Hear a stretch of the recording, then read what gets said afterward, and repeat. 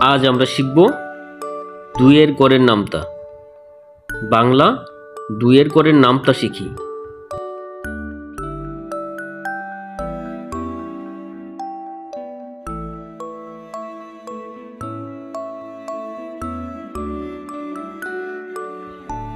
দুই একে দুই, দুই দুই গুণে চার, তিন দুই গুণে ছয়, চার দুই গুণে আট,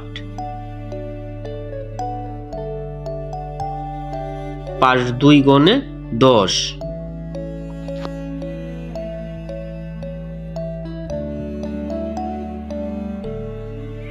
ছয় দুই গুণে 12,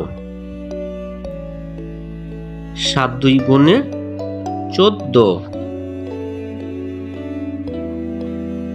আট দুই গুণে 16,